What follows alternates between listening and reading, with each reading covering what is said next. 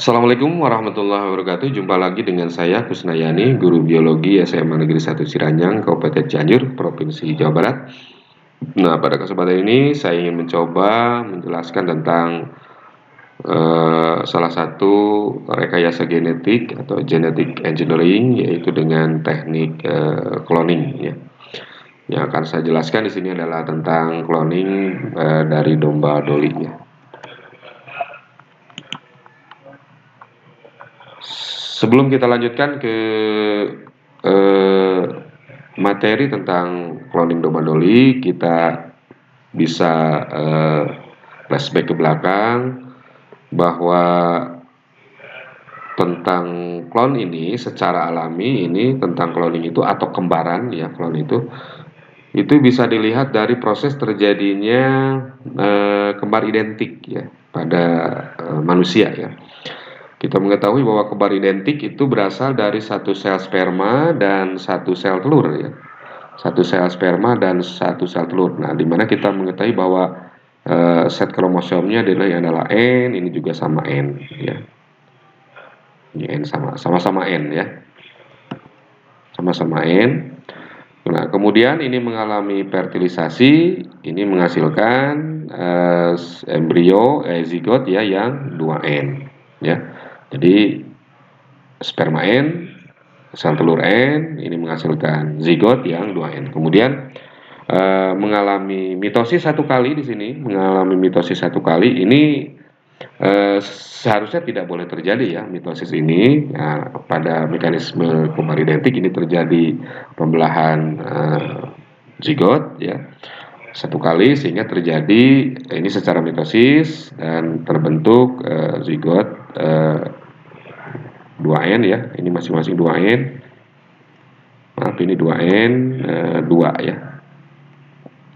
Nah, 2. Dan ini nanti akan menjadi bayi 1, ini menjadi bayi kedua.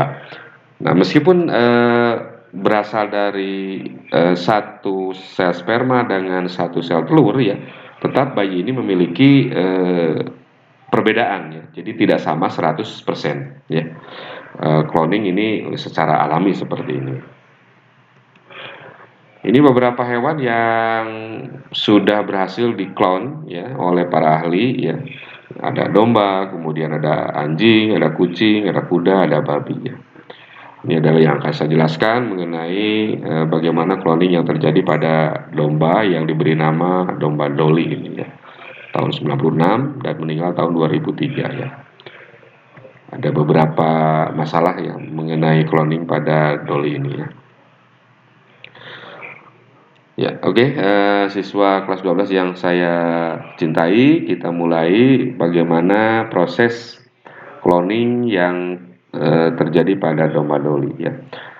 Menurut literatur yang saya baca bahwa untuk cloning domba Dolly ini melibatkan 3 domba ya. Dan semuanya ini adalah betina ya. Ini domba 1, domba 2, dan domba ketiga ya. Semuanya adalah betina ya. Ini betina ya. Ini betina, ini juga sama betina ya. Ini juga betina sama. Oke. Nah, sebetulnya ini sel yang digunakan ya, itu dari domba yang pertama itu percobaannya berlangsung beberapa ratus kali ya. Cuma yang berhasil itu ternyata sel somatik yang diambil untuk proses cloning ini adalah sel somatis yang diambil dari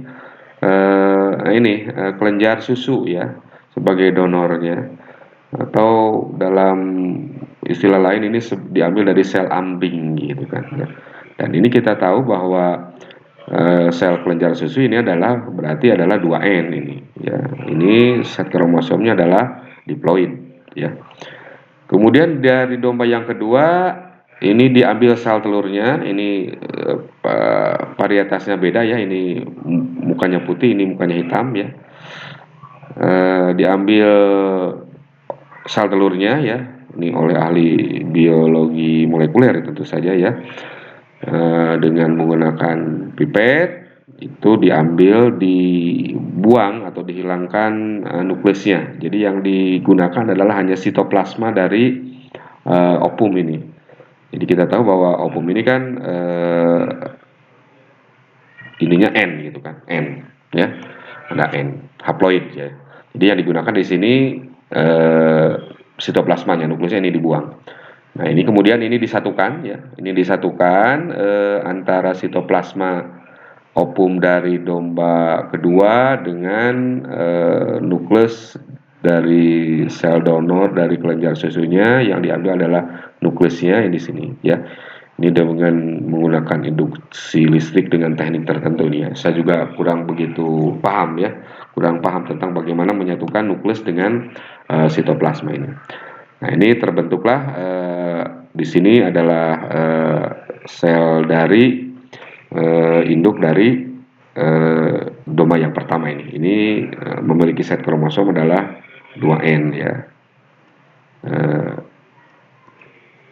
2N karena berasal dari sel kelenjar susu. Kemudian ini dilakukan di laboratorium, menghasilkan embrio. Nah, embrionya ini nanti diimplankan ya ke dalam rahim dari domba yang ketiga. Ini sebagai istilahnya suroget, ini pengganti ya. Sebagai pengganti suroget dari untuk kehamilan dari untuk pertumbuhan perkembangan dari embrio ini ya. Nah, kemudian domba ini hamil ya, dan ketika dilahirkan dihasilkan suatu domba ya, seekor domba yang diberi nama domba Dolly, dan ini adalah identik dengan domba yang pertama yang ini ya. Jadi domba Dolly ini identik dengan yang ini ya. Kenapa memiliki sifat yang sama dengan domba yang pertama ya, bukan yang kedua atau ketiga? Karena kita tahu adalah nukleusnya itu diambil dari domba yang pertama. Sebagai kita ketahui bahwa di dalam nukleus itu terdapat materi genetik ya, dan materi genetik itu adalah ekspresi gennya ada di sini ya. Jadi sifat-sifat makhluk hidup dari A sampai Z itu kan adanya di nukleus, sehingga domba Dolly ini ya memiliki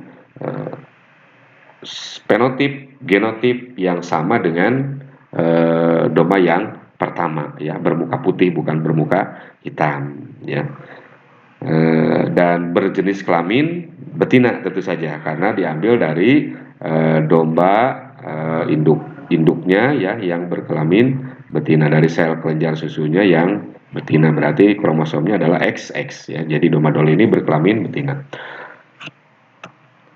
Ini gambar slide yang lain, ini relatif sama juga penjelasannya ya mengenai genetic engineering dari bagaimana teknik rekayasa genita dengan cloning. Demikian anakku kelas 12 MIPA SMA Negeri 1 Ciranjang Kabupaten Cianjur yang berbahagia tentang cloning ya. Tentang cloning, ini salah satu bentuk rekayasa genetik ya, atau genetic engineering ya. Teknik yang digunakannya adalah cloning, sehingga menghasilkan suatu makhluk hidup yang memiliki sifat yang sama dengan induknya.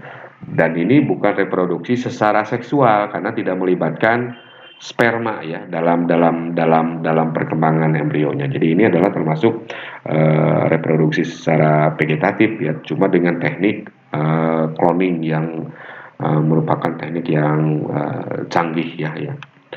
Demikian anak-anakku yang berbahagia, mudah-mudahan bermanfaat dan kalian bisa memahami tentang bagaimana cloning pada makhluk hidup itu terjadi. Sekian, assalamualaikum warahmatullahi wabarakatuh.